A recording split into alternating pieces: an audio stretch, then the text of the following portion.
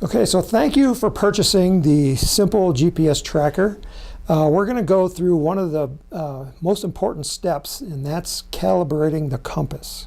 And Brian, tell us why we calibrate the compass. We need to calibrate the compass because this unit does not know, all it does is actually has a 9 degree of freedom tilt compensated compass in it, but it doesn't know what directions are which and what the magnetic fields are at your particular site and that type thing. So it's always a good idea, at least you know, at the site you're flying at, to go ahead and calibrate the compass before you fly your rocket. That way the compass will know which direction's north, for example, and what the magnetic fields are at the given site, and that way you'll be able to accurately track to your compass or to your rocket when you get ready for that part of it. Okay, so when we're calibrating our compass, do we want to be near cars, or how far away from cars do we want to be for the compass?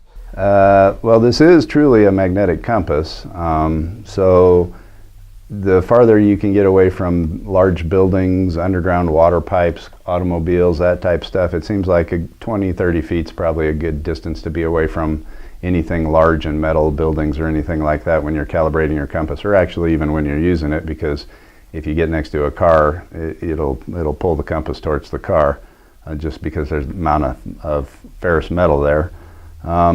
So basically what I say is, you know, maybe 20-30 feet away from cars or big metal buildings, things like that. And then to calibrate the compass, you can do it from this screen here, or actually any of the operation modes. If it's in this mode here, where it I don't know if I actually got it to go there. Can I tilt it a little bit? Yeah.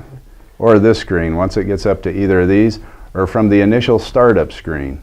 You can do it if you're holding, there's a small buttonhole in the back that we put a paper clip or a small piece of wire into, and you'll be able to feel the detent on a button in there.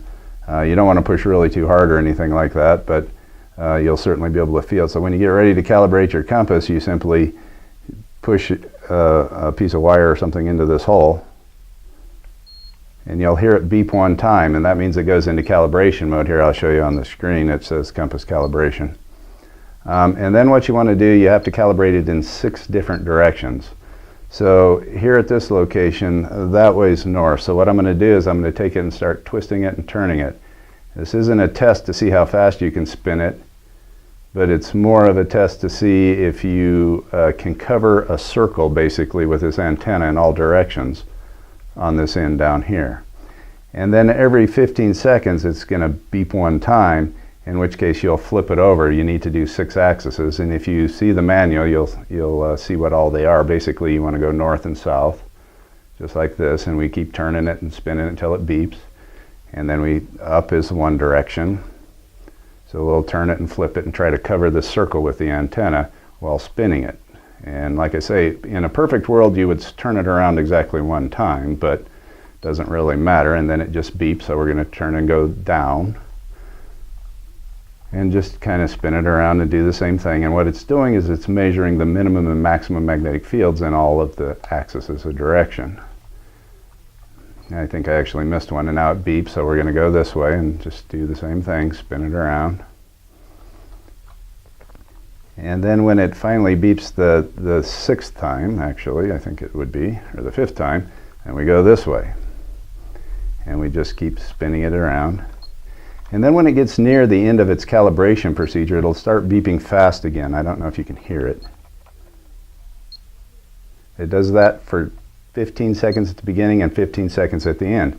And before it's done, what you need is your antenna pointing north and the unit somewhat flat.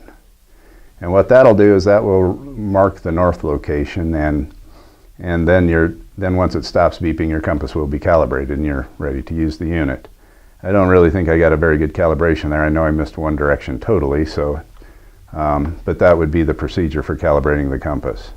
You simply press the button and then go that way, up, down, this way, and this way.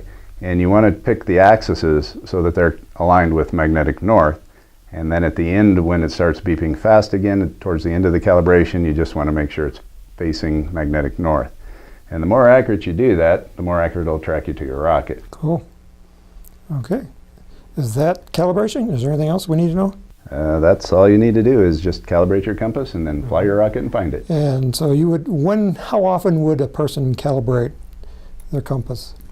I would calibrate it probably, most people fly it at one site typically a lot. I would calibrate it there, and if I went all the way across the country, Across the country where magnetic north is in a different direction, you'd calibrate I it would there. calibrate it there. Okay.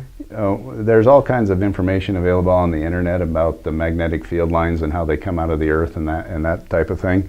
And basically, if you look at those, I certainly wouldn't, but if somebody's ambitious and wants to look at those, they can figure out, well, I moved so far that I need to recalibrate my compass because I'm on a significantly different magnetic field line now. Okay. And interestingly, most of the magnetic field coming out of the earth is actually not going north and south. It's actually coming up through the earth. So there's a huge magnetic fields right now coming up out of the earth, and small variances in the plane that we typically live in and walk in and work in.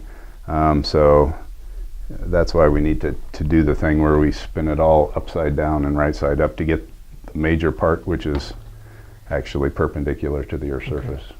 Okay. Well, there you go. Calibrating your compass on the simple GPS tracker.